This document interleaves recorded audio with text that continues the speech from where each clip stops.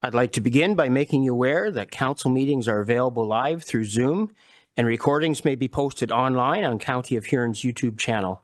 You may be seen and or heard as part of those broadcasts, and your name, comments, and or presentation materials will become part of the public record. And with that, I'd like to call this meeting to order and welcome each of you with us today. Could I ask for a motion to approve the agenda? That's past Warden McClellan, and Councillor Finch would second that. Those in favor? And that is carried.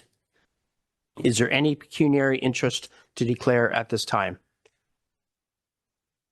Seeing none, we'll move on to the minutes of the previous meeting.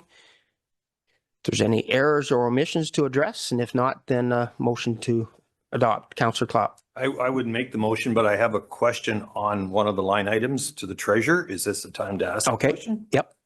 Thank you, sir. To our treasurer, on your third quarter report, I believe it was, you had different the line items of the different departments and where they're at, surplus or whatever. With regards to planning, it showed a slight surplus. My question is that surplus to the budget? Through yourself, Warden. Yes, that is surplus to the budget that was raised. So we had raised a levy contribution for planning as a whole, and that was our estimate in terms of where they were relative to the tax dollars that were raised. And what is the projection then of to the levy right now, all things being equal? I don't have the exact figure, but it was that was the projection to the levy. That was year to date for for June. We are anticipating no significant pressures within the planning envelope itself. So I would expect that we were close to budget by the end of the year. And what is that number roughly? 2.6 million, I believe it was overall levy for the department. But I'd have to double check the specifics, but it was approximately 2.6 million. And for the layperson watching, the levy is basically tax dollars that's coming out of their pocket. Is it another way of saying it? Through yourself, Warden, yes, those are the taxes that we're raising for departments. And I can appreciate, sir, that it's projection. There may be some big projects coming, and of course it's based on planning income from things, and we certainly hope that that is the lower number, but thank you. And I'll make the motion. So motion to adopt the minutes. Do I have a seconder for that? Councillor Heffer, those in favor? That is carried. Councillor comments is next on the agenda. Past Warden McClellan, please. Not a comment, Mr. Warden. I just had one quick question. I think I've been given the answer, but I couldn't remember. When we get the list from the homes of the waiting list, is that for the apartments or is that for the medical assisted side? Dana, would you be able to answer that for us, please? Through you, Warden. The wait list on the section with the chart would be on the apartments. The wait list for the long-term care home, they would be through the nursing report, but they are currently sitting at 109 at Huron View and 92 at Huron Lee. Okay, that does raise one other question. I was made aware of someone that is now going to be moving into the apartments. They put their name on the list the first time 5 years ago. They've gone through the list 3 full times that they've been called and are finally now going to take an apartment. How often do we go through the list the other way? Because I guess the question is, how many people do we have on there that really aren't looking right now but just want their name in there? Dana, could you address that, please? Yeah, through you, Warden. So we have only 2 2-bedroom apartments at each facility, and often they are waiting for the 2-bedroom apartments, but they put on their application that they would like both in case time comes and they want to get in quicker and don't have the luxury of necessarily waiting for that 2-bedroom apartment. So it is quite frequent that we would go through the list. And then sometimes people decline the list because they have been waiting too long and they're not appropriate for the independent apartment units. They're needing some assistance that isn't provided in those units. So it really just depends. I don't have an exact number of how often we go through the list, but it is getting a little bit more difficult also with the apartments aren't accessible. So that also comes up as a concern as well. Thank you, Dana. Any other members under councillor comments? All right, we will go on to our consent agenda, items 8.1 to 8.5. Is there anything specific to that list that anybody wants to speak to? And if not, then we'd be looking for a motion to approve with actions as noted. And that is Councillor Harding, seconded by Councillor Becker. Those in favor? That is carried. Under planning and development, first up is Derry Wallace. Welcome, Derry. And you're going to speak about the Federation of Canadian Municipalities Community Efficiency Financing Fund application. Welcome, Derry. Thank you. Good morning, all. I'm excited to be here to give a brief synopsis of what my report talked about. So at this stage, Huron County has the opportunity to partner with the Clean Air Partnership to move forward an application to the Community Efficiency Financing Fund, which is provided through the Federation of Canadian Municipalities. And the specific type of fund we'd be looking at is plans and studies specifically. And this would give us an opportunity, if successful, to move forward and receive a residential energy efficiency retrofit feasibility and program design study, which is a very long title. So I'll try to break down a bit what this study would include for us and what we'd receive from it, as well as what the local municipalities would get. So essentially we'd get the background of why energy efficiency, specifically in the residential sector, is so important to focus on at this time, the benefits of it, and the importance for residents as well as the community as a whole. We'd also have outlined incentives that exist at potentially other levels of government or through other organizations for energy retrofits in the residential sector to have a good synopsis of what currently exists so that we're not replicating anything that's already out there and available to residents, as well as a completed market analysis. And this would help determine the residential archetypes that we have, so the type of housing that we have in Huron County, which would include the energy usage they have and the types of energy they use. So this would consider the floor area of the type of homes we have. So are they larger, smaller, that idea. It would include how it's heated and how they get their hot water as well. So how they're using their energy in their home. And lastly, it would have those program design options for us. So this would be if any local municipality was interested in pursuing a home energy retrofit program at the local level, they would have options of how that could be financed, so different methods through the local municipalities. It would have different administration requirements on them as well, so it outlined what would need to be happening at the staff level, as well as potentially incentives that they could use for this program, and contractor engagement and training opportunities as well. So it does look at the full picture of if they were interested, how could they implement this? The exciting bit, I think, for Huron County at this stage is that this is a no cost to the county or local municipalities at this time. It does require some in-staff, in-kind contributions from the county. So this would be involved in gathering the data that they're requiring on our end, which a lot of it we already have. So it shouldn't be that intensive, which is nice, and just helping review the assessment if we're successful. It also requires a letter of support from County Council, so that's why I'm here today, to see if you are supportive. And they did mention as well that it's helpful to have letters of support from local municipalities, to show that there's interest at the local level to the Federation of Canadian Municipalities, but on my end and on the county's end, it's really important to see that there is that interest, at least to learn more at the local level, so that we're not moving forward projects that aren't of value or aren't seen as providing value to the community. So lastly, this essentially would provide a baseline information for us if we wanted to move forward with this program. There's no requirements or commitments on the county or any local municipalities to move forward with a program once we have the feasibility study done. But this information could be used in several other capacities as well.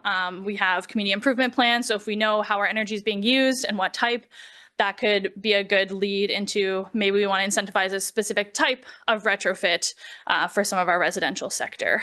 So that's the background I have for you today, and I'd be happy to take any questions or comments at this time.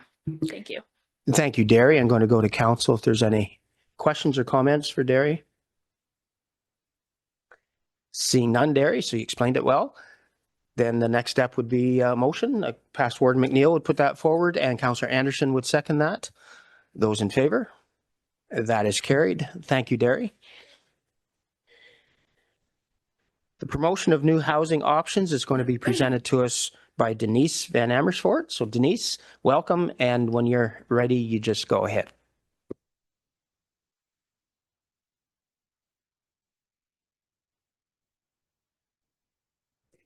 There we are. Good morning, Council.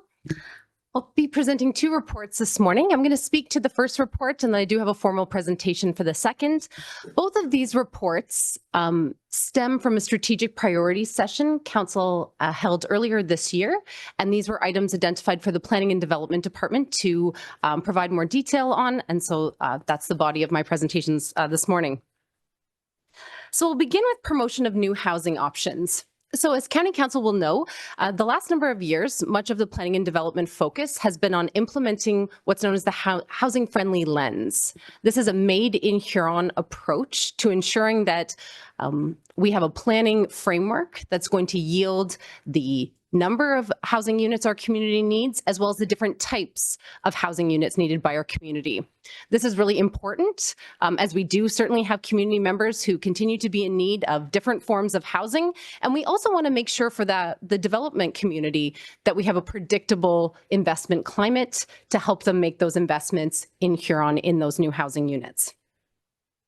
So the local municipalities have been strategic in this work in aligning official plan policies as well as zoning bylaw requirements to create as-of-right housing options.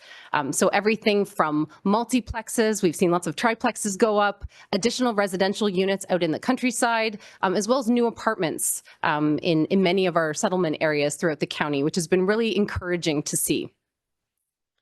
So while we have as-of-right housing options, we want to make sure that people know that we have as-of-right housing options. And I think that was one of the things that County Council identified that, you know, does the average person realize that these things are permitted in Huron? And how could we better promote that? So some of the things the department has done to date, we've certainly participated in a number of forums. We were just in Wingham with the United Housing Forum I think it was last week. So that was a great conversation. We have an upcoming lunch hour webinar with Gateway Rural Health. They're interested to speak about housing needs in the community and what the county is doing. It's an opportunity to speak to a different audience than would maybe typically hear about as-of-right housing options. So I do look forward to that. Other partnerships that have proved very, I'd say, helpful and strategic. Huron County Federation of Agriculture has an ongoing page in the Rural Voice. So for those of you who receive that, often you'll notice on the last page, Huron County Federation has a number of items and information to share with their membership.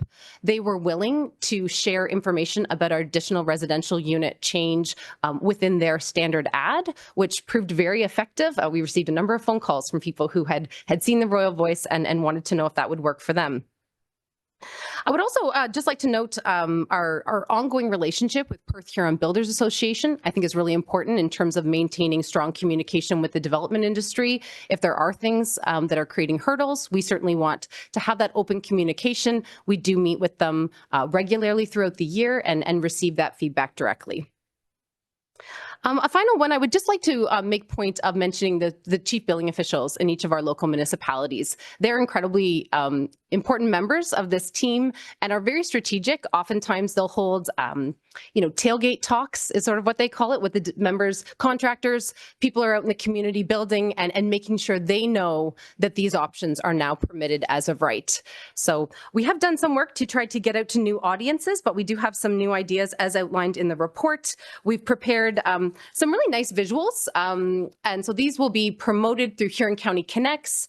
We're also going to hold realtor roundtables and think about, again, we've outlined a few things in the report in terms of ways that we can try to get out to new audiences who might not yet be aware of the as of right options. But I would say generally it's been encouraging the number of people coming into even pre-consultations at the local municipal offices saying, you know, I understand there's new options. What exactly does that mean for my farm or my lot? So overall, I think we're definitely encouraged by the understanding and the uptake in the as of right options, but certainly have identified some new options here and we'll put those into action.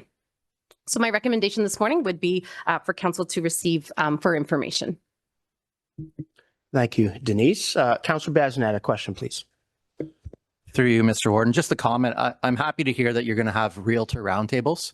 I think that's so important to open up those discussions. They are the ambassadors of all our communities, and they do bring people here to sell property. So it's great to hear. So thank you for sharing that. Past Warden McClellan, please. Thank you, Mr. Warden. Denise, I'd just like to share two things that we've noticed here in East. Especially with our development that we did in Brussels. When we sold a number of the lots, because we were encouraging intensification, there was a number of contractors that would build duplexes and then divide the lots after the fact. That certainly wasn't a problem from a services standpoint, but if any municipality is doing an actual development on their own like we were, we learned the hard way that when you double the number of houses, that was a very costly upgrade to transformers for electrical services into the area, something that we were not aware of at the time that we started doing it, although in the end, I think it's still a good move. The other thing that has popped its head, and certainly agree with the changes the county made and with the intensification. Where we've run into a little bit of a problem is that when we went down to one parking space per unit, we now have a parking issue on the streets in the new developments. And we have people actually coming to council that there's so many cars parked on both sides of the streets, they can't even get down. Now we're enforcing new parking laws.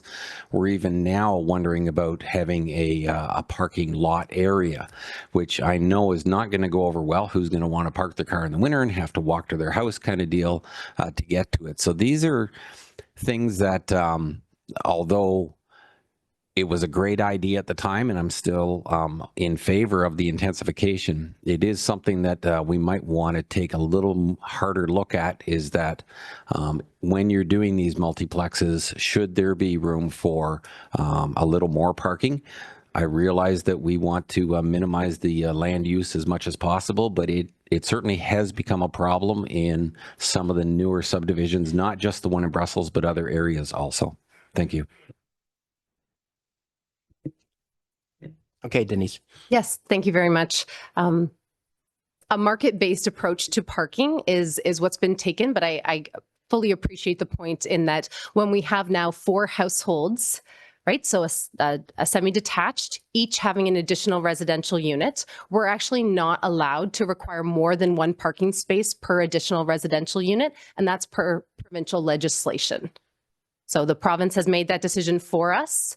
What we've seen is conversations about how do we make density work in a small town context. And that's exactly for communities who don't have transit, who are going to have requirements for parking. How can we encourage some best practices? So that's absolutely something we can take back and give some additional thought to.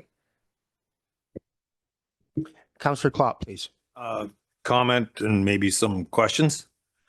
Just it tied in with the comment I have is regarding to the last question around planning and parking, and I wrote down that's a provincial regulation. It wasn't here in county and got confirmed, but I guess that ties into where I'm wondering about this whole process. A lot of the things that I read in here, including that, is stuff that the staff already are doing. So as I sit here and the question, does the community know about the options? We have videos, we've seen them. Some were taken down in the south. That's already been in the budget. Talking to the Federation, in the budget, in the work already done. So my question is, what is, and do you see us spending some money or more money and time? Do you see that we're going to increase? Do you have an idea how many more structures will be created because we're going to do some new things, if I can use that quotation? Denise, please. Through the warden, all of the items as presented would not require any additional budget. They would be done in-house by staff. In terms of the yield of units, so we did bring a residential building activity report in November of last year. That's something we can do on an annual basis. Sometimes every other year can sort of help to show a more complete picture. And that's something that we can certainly are monitoring with our local municipalities. So I don't have the direct numbers in terms of what this will yield in terms of number of housing units, but it would not be anticipated to create any additional budget. Yeah, that term additional budget, obviously, to me, this report, I heard the words, we're going to do some new things.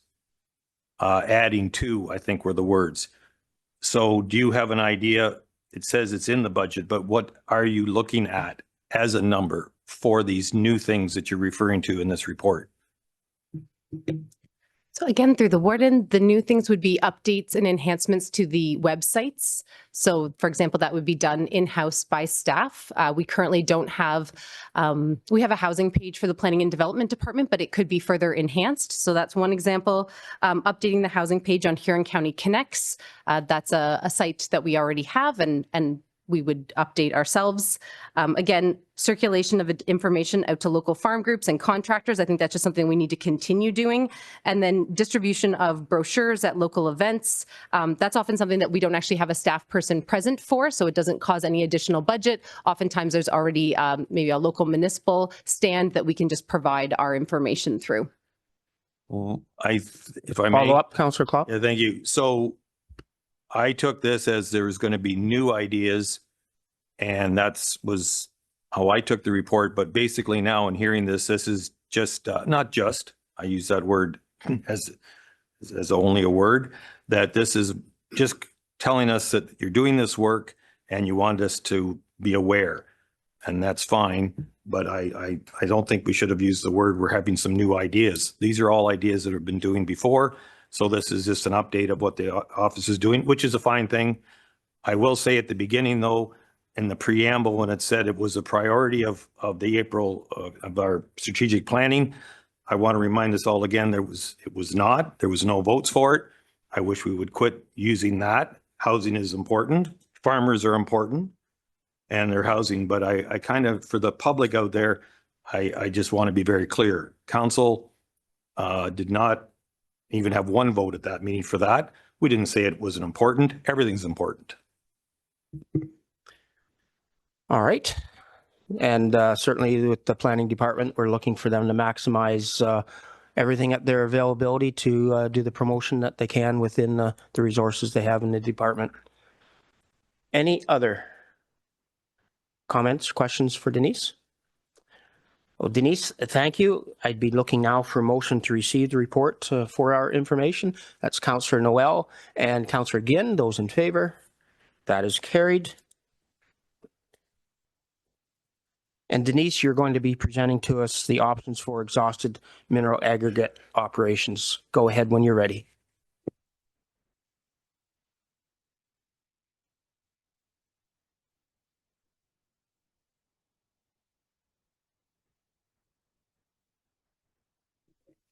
Here we are. Thank you, Warden. So for this next report, the purpose of the report is to explore options for exhausted mineral aggregate operations or gravel pits.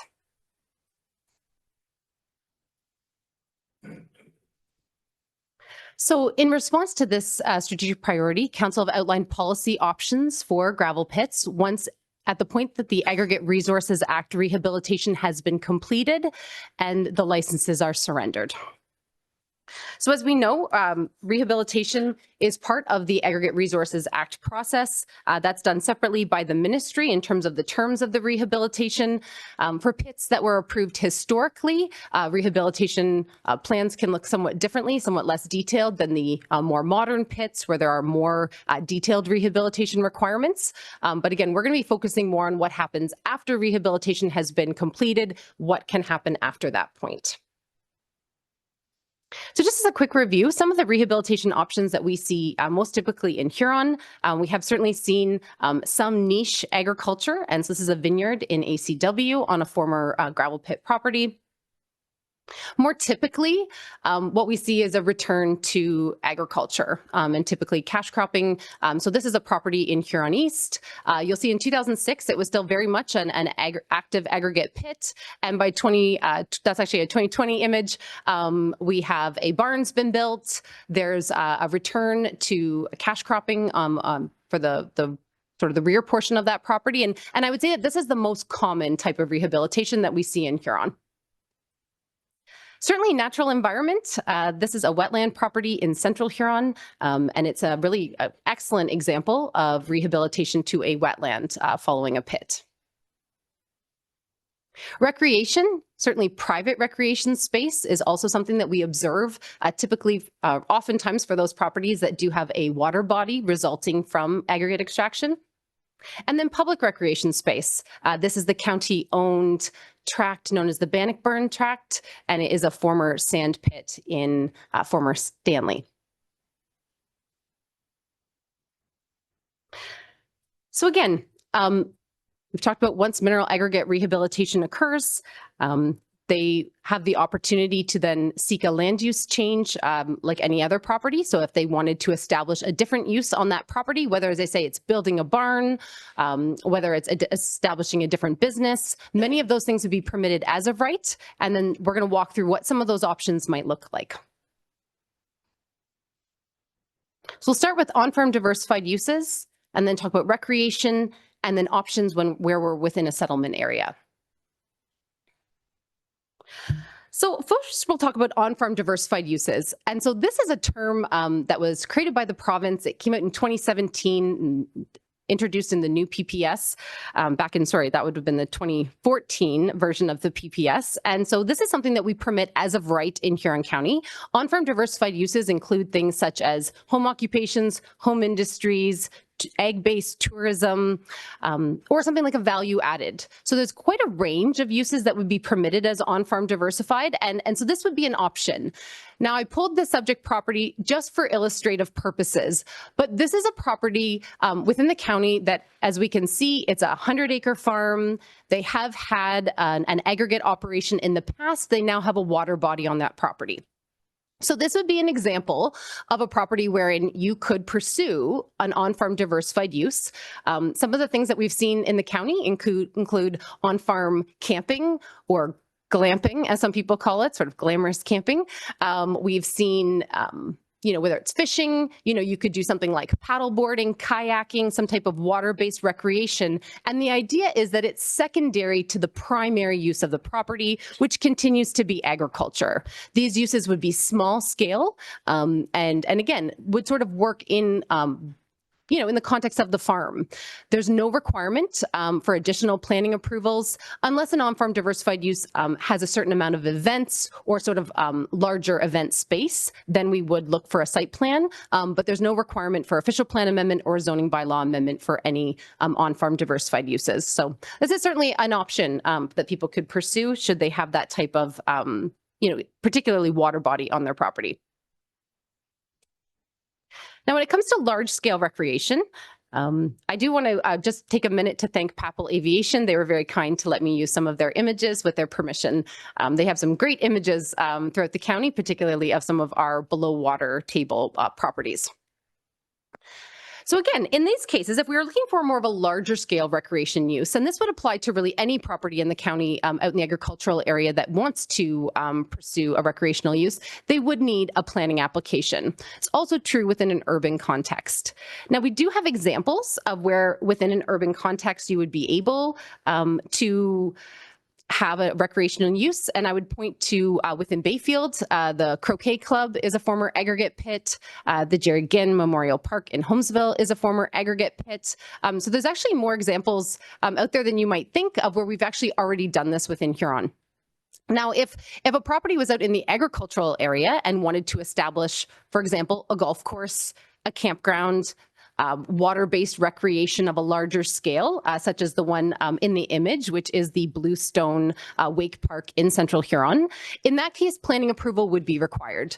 So it would be both official plan amendment and zoning bylaw amendment. And the types of things we'd be looking at are overall compatibility with surrounding land uses, oftentimes with expired aggregate pits. They're located next to another aggregate pit, or at least located next to a deposit. What we want to be thinking about is how we're protecting for the long term that finite non-renewable resource, which is the gravel or sand. So we do want to be careful that we're not introducing sensitive land uses that would impede, the efficient extraction of that resource at some point in the future. Now, where the two uses can coexist, other things we want to be thinking about are, protection of the overall agricultural system, appropriate servicing, traffic impact, sort of regular things that we'd think about for development. But that certainly is an option for some of these unique properties that do find themselves essentially a large water body post-extraction. So this, again, municipally owned pits is something that local municipalities could be thinking about as your own owned municipal pits do come up for rehabilitation.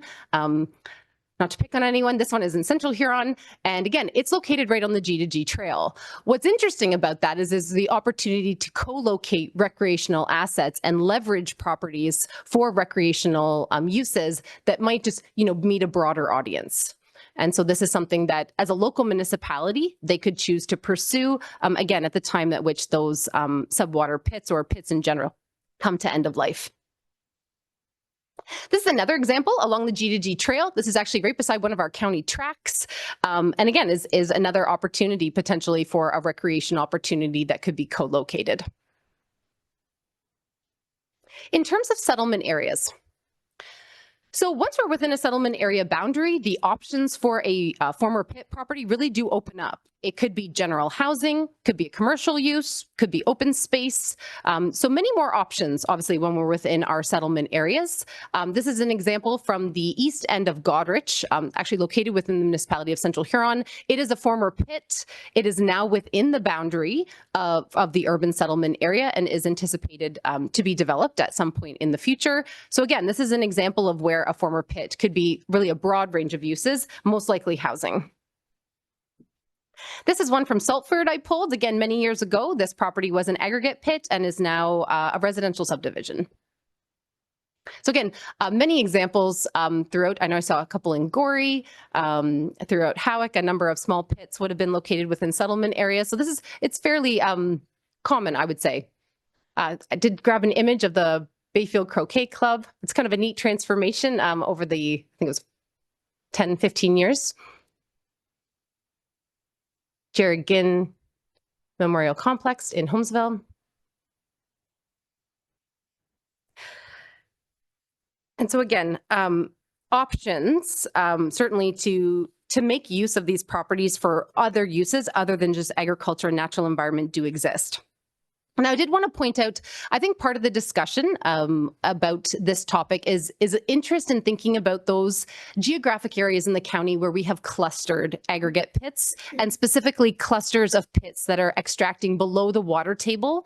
And so we're really seeing a landscape level change from a corridor that once was agricultural fields, and at some point it's already occurring and into the future is going to be essentially entirely water bodies. So we have several examples of this throughout the county. This is an example of the one south of Holmesville. So again, some of the things that we've been thinking about from a policy perspective is having a bit of a higher test in these areas. So the provincial planning statement would simply encourage cumulative or comprehensive rehabilitation, which is where pits side by side have to consider each other in their rehabilitation plans. what we might think about doing in these types of clustered environments is not just encouraging that comprehensive rehabilitation, but actually requiring it.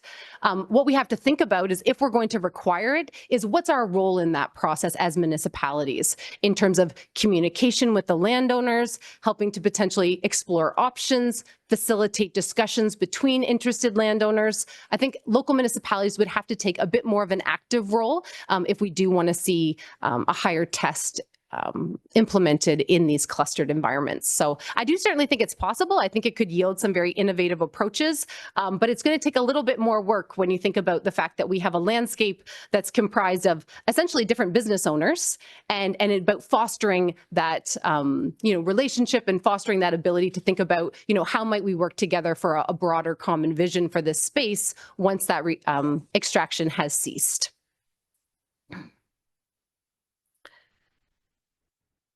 I did include a little bit of information just in light of some previous discussions with County Council about changes to MPAC.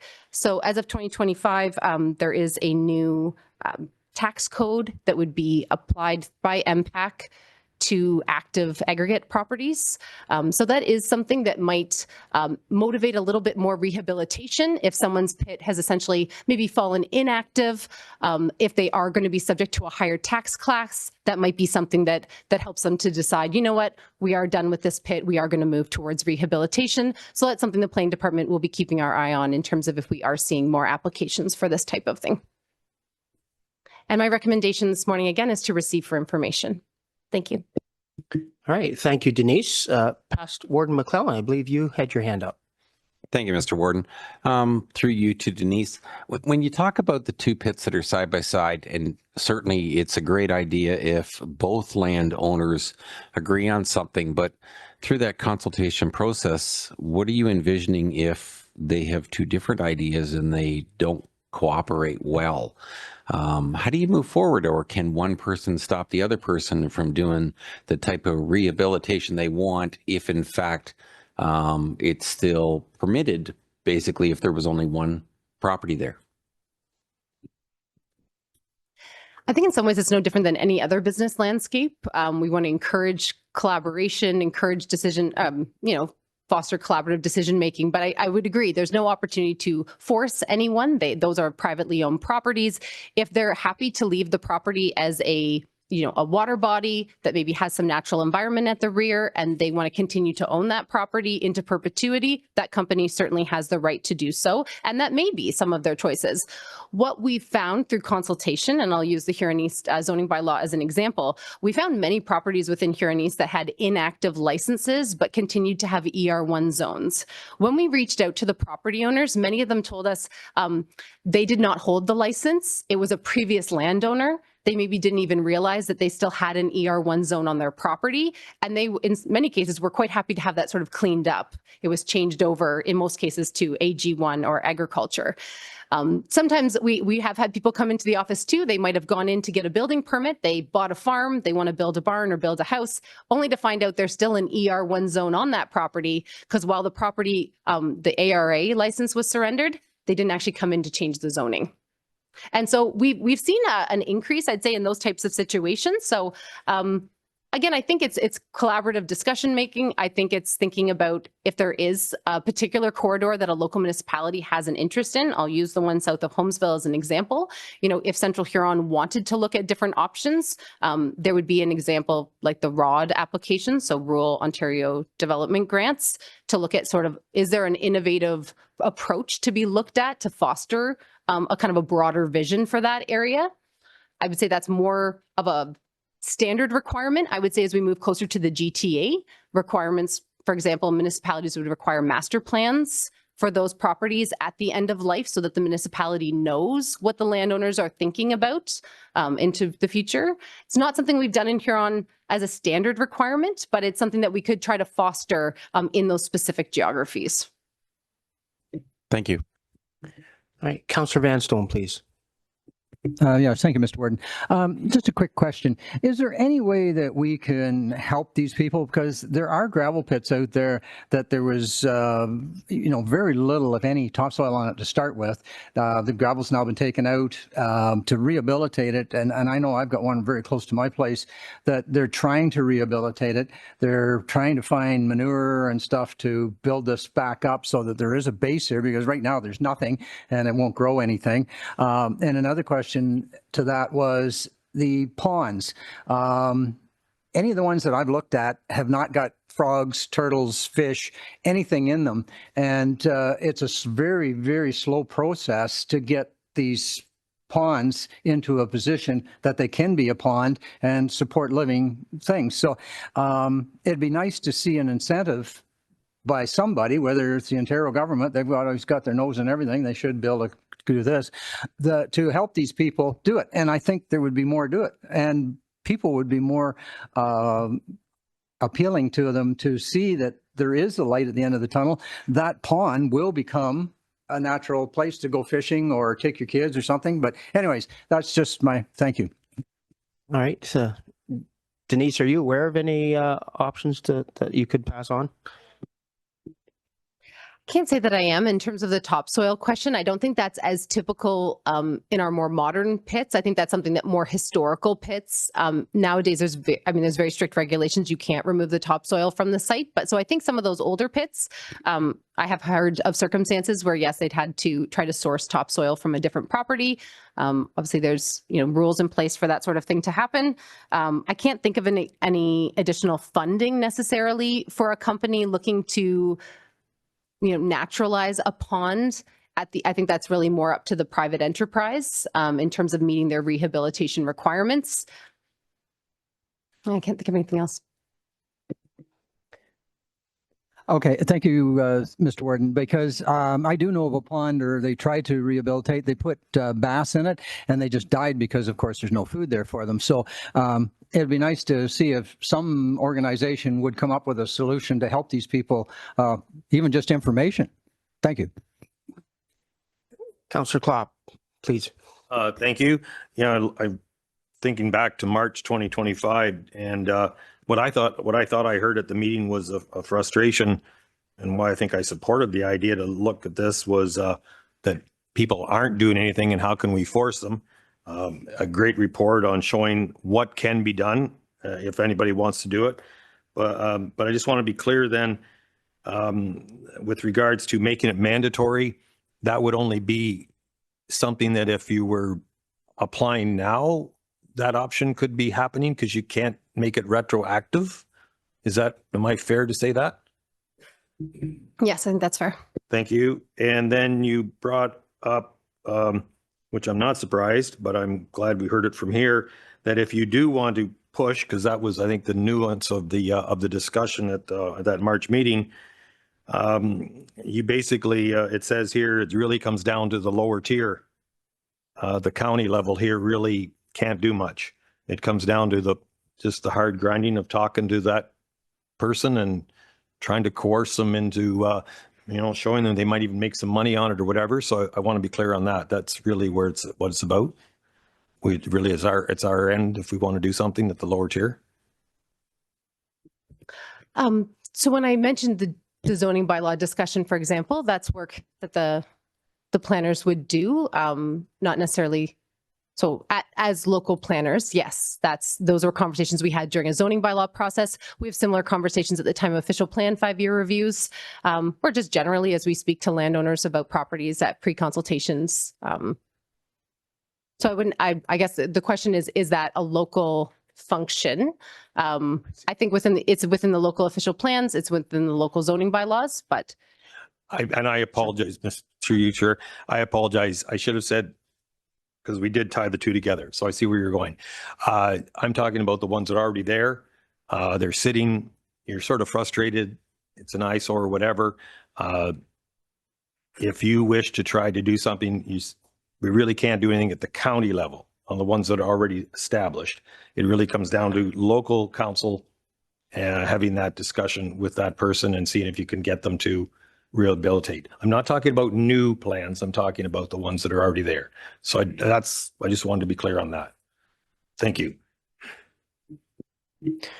So Councillor Klopp, I might add that the Huron Clean Water Project can be a very valuable opportunity, and it's always in Huron County's best interest to pass that information along to those kind of sites that are privately owned but could be enhanced, and see if the landowners would have an interest in that. Past Warden Ginn, I saw your hand up. Yes, thank you. This has always been a big interest of mine, and I think by the slides you've seen how many of these shots are actually from Central Huron. That's why it's a big interest of mine. So a couple of things. First off, I really like the idea of the tax changes that we're going to tax people a little bit more money. I think, you know, that's a nudge for them to rehabilitate, surrender their licenses. First question, and I have several. Rezoning after a license has been surrendered. Do we charge for that? And should we charge for that? Yes. So when applications come in, if someone was to come in and say, I'd like to remove the ER1 zone, they would have a planning application, no different than any other property. And yes, there would be a fee for that. When we've done zoning bylaw updates, if we've come across a property that has an ER1 zone at the back of the farm, it's maybe been there historically, we would reach out to that landowner during that review process. If they wanted then to have that removed, provided council was willing, that would occur at no charge. Okay, thanks. Second thing I'd like to draw people's attention to is the aerial map of Jerry Ginn Complex. I think if you look at the 1966 map, I remember this very well, obviously, but there's piles of rocks, scrub trees, and it was a mess. And yes, it was cleaned up. Now it looks beautiful. It's a recreation area. But to me, the more important thing, if you look at across the road at the aggregate operation then and what it is now, and I think rehabilitating the one side of the road was directly responsible for the aesthetically improvement that was done across the road. So that's a snowball effect, I believe. The third thing, the aerial photograph of the area south of Honesville. I look at a picture like that and I just see a lot of opportunity there.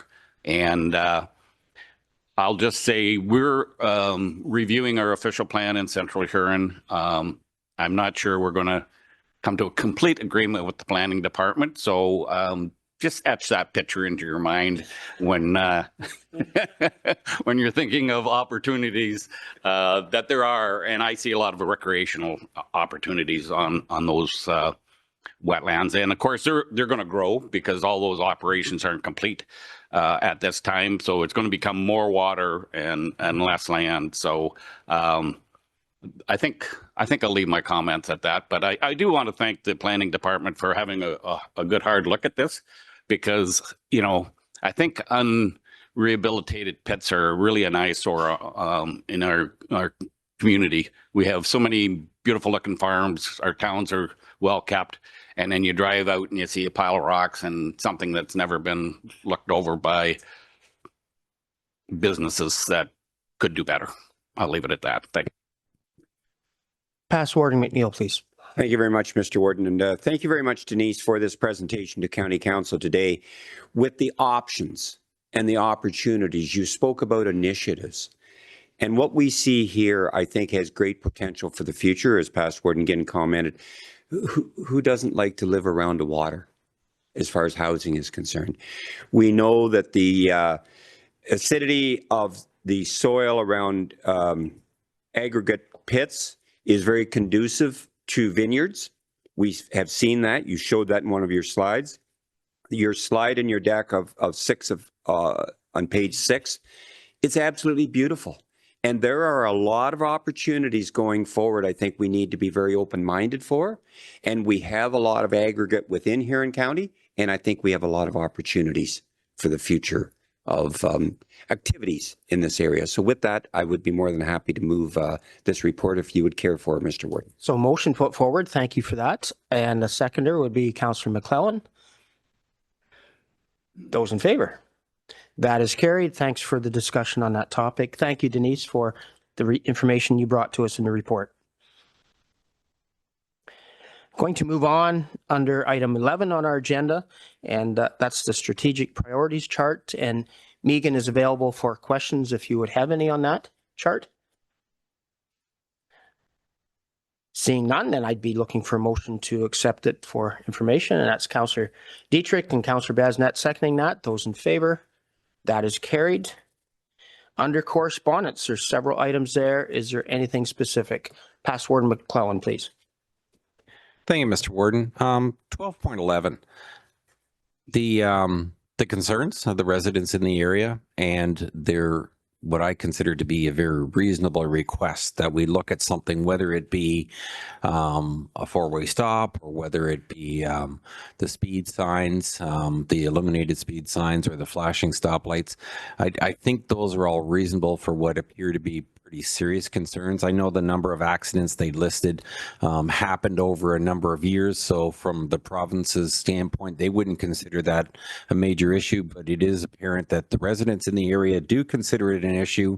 And at least from the letter, it appears that the issue is becoming more prevalent now than it was in the past. And so I think we should look into something. All right.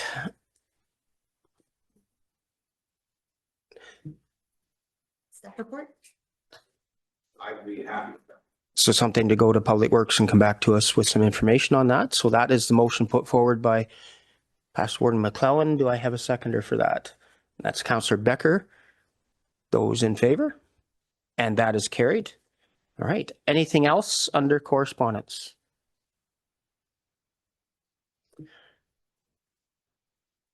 All right. If not, then I'd be looking for a motion to accept the rest of the correspondence, and that is Councillor Klopp, seconded by Past Warden Ginn. Those in favor? That is carried. Under new and unfinished business, we have some advocacy options, and Barb Hall is available for questions if you have any questions on this report. If there is no questions, then I'd be looking for a motion to receive the report and approve the signing of the letter on behalf of Huron County. So that's Councillor Noel. Councillor Basnet would second that. Those in favor? That is carried. Under bylaws, I'd like to have a mover and a seconder for the bylaws, giving a first, second, and third reading. Councillor Heffer, seconded by Councillor Basnet. Those in favor? That is carried. We do have a close to the public session, so I would look for a motion to enter into that closed session. And that's Councillor Vanstone and Past Warden Ginn. Those in favor?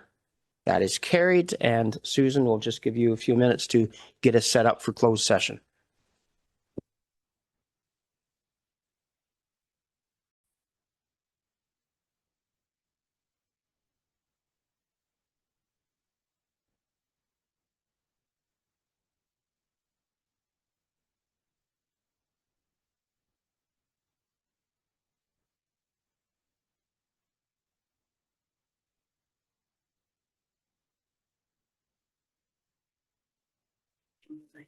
Thank you very much. Through you, Mr. Warden, purpose of going into closed session today was for council to receive an update report on labor relations on employee negotiations with SEIU bargaining. And with that, then we would be looking for a motion to direct staff to prepare a bylaw according to that direction. And that's Councillor Goderich, seconded by Past Warden Ginn. Those in favor? That is carried. Just some notes to make under upcoming meetings, and our CAO Megan is going to speak to our meetings for next week. Thank you very much. Through you, Mr. Warden, you will see in the list of upcoming meetings that we do have two meetings next week, one on October 8th, one on October 9th. These are, for all intents and purposes, these are pre-budget discussions that we are looking to have with County Council. What I would ask is that if there are any questions that you are anticipating ahead of the meetings next week, to please send those to me ahead of time. Send them to me, please, ahead of time, so that then I can work with our staff to make sure that we have responses. We're as prepared as possible. But as it stands, we've been working really hard behind the scenes to make sure that we have some good presentations to come in front of you.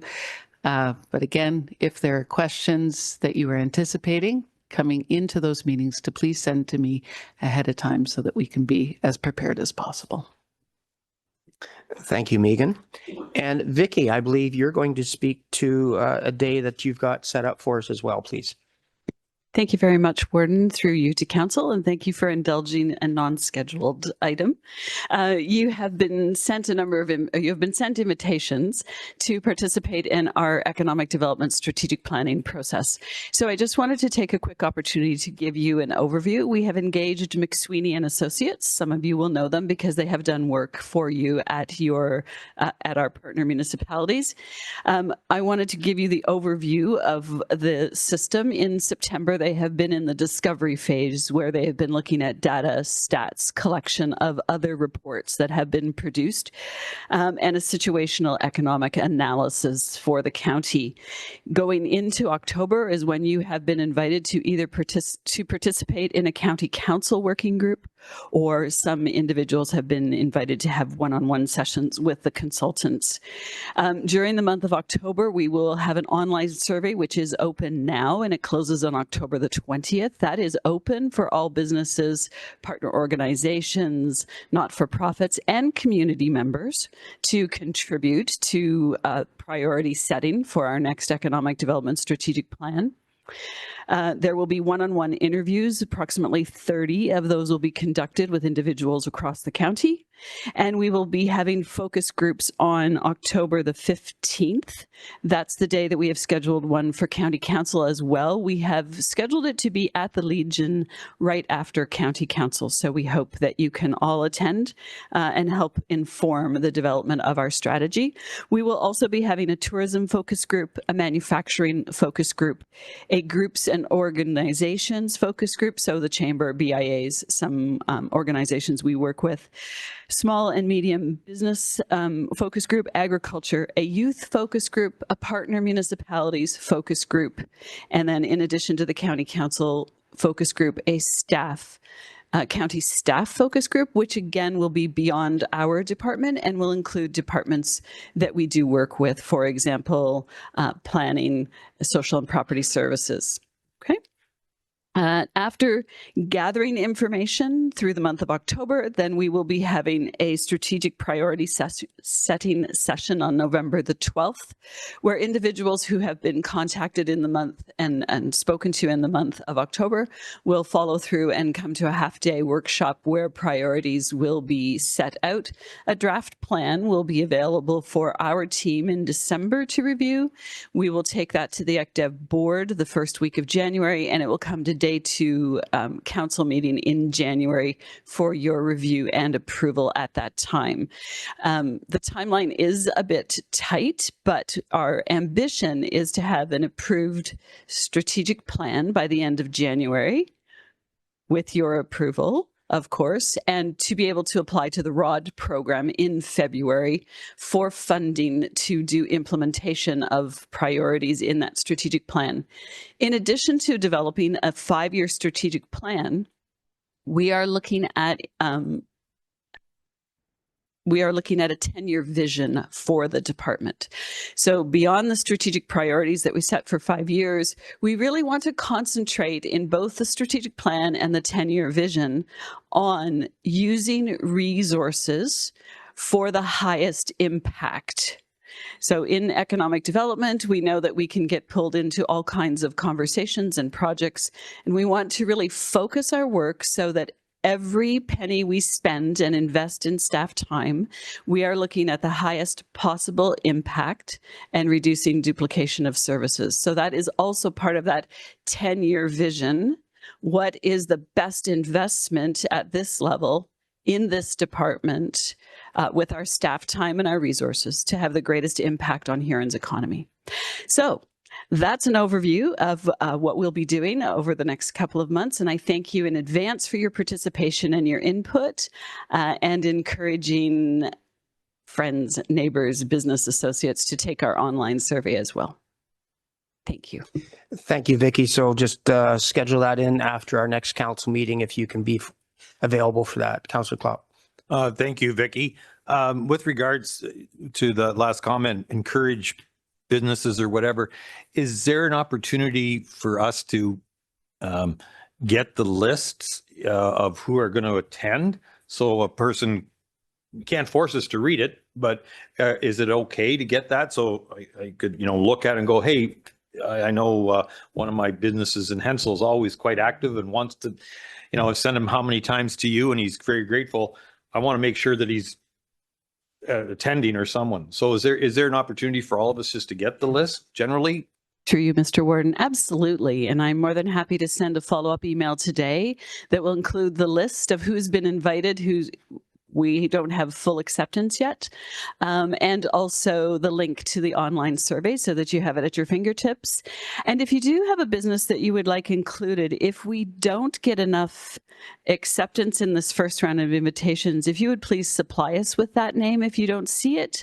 And then if we have the opportunity to invite a few more people, we would be more than happy to include those businesses where possible. Thank you. Councillor Anderson, please. Thank you, Warden.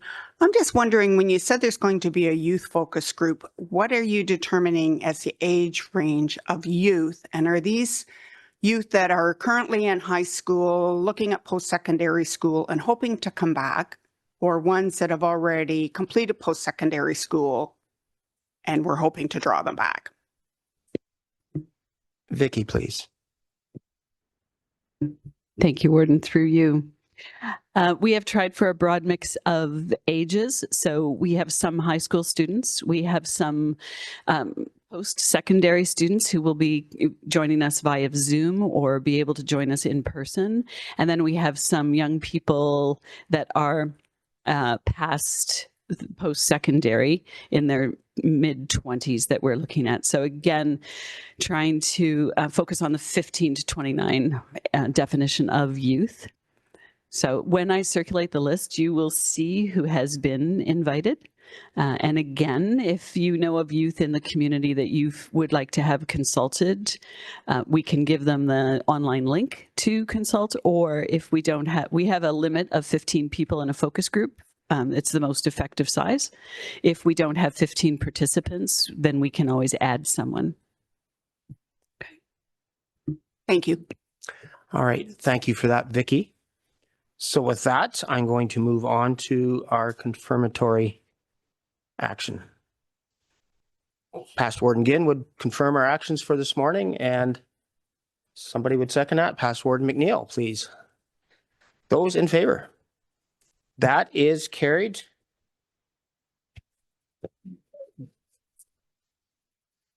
Jim, are you ready? Okay, who would like to adjourn us? Councillor Dietrich, Councillor Hefford. Those in favor? Thank you very much. Thank you for your attention to today and for the discussion.